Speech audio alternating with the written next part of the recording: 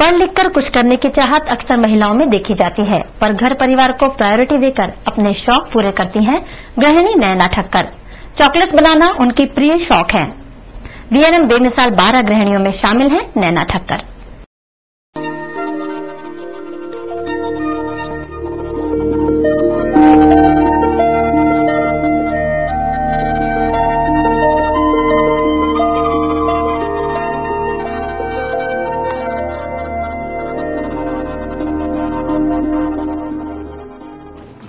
गुजराती गृहिणी की पहचान है सुंदर, साफ सुथरा, सुखी घर संसार, जिसे वो खूब सजा के रखती है। ऐसी ही गृहिणी है नैना ठक्कर। शादी से पहले ख्वाब बुनने वालों में से नहीं थी नैना ठक्कर।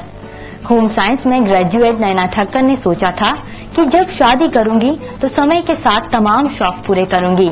यूं बिना किसी ख्वाब के गृहिणी का ही ख्वाब लेकर प्लाईवुड सनमाइका के व्यापारी जगदीश ठक्कर से उनकी शादी हुई।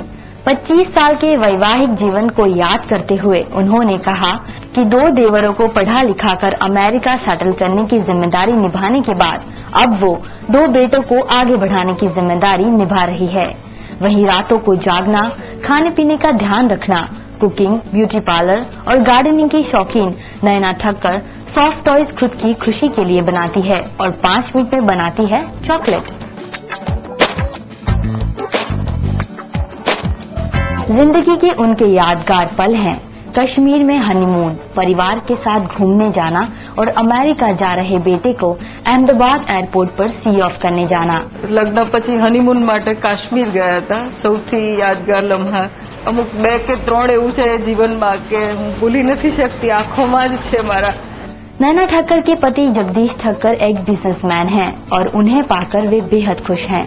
लव मैरिज नहीं था और तो पिताजी और माताजी सब लोग इकट्ठा होकर मैरिज करते हैं, लेकिन धीरे धीरे जैसे जैसे समय पसार होता गया तब मुझे ऐसा लगा कि नहीं, मेरे पिताजी ने जो लड़की चुनी है वो मेरे घर के लिए और मेरे लिए समथिंग स्पेशल है और मैं अपने आप को ऐसा समझता हूँ कि वो भगवान की कृपा हो तो ही मुझे ऐसी वाइफ के रूप में ऐसी पत्नी मिली है और ऐसा घर का संचालन करने वाली लेडी मिली है।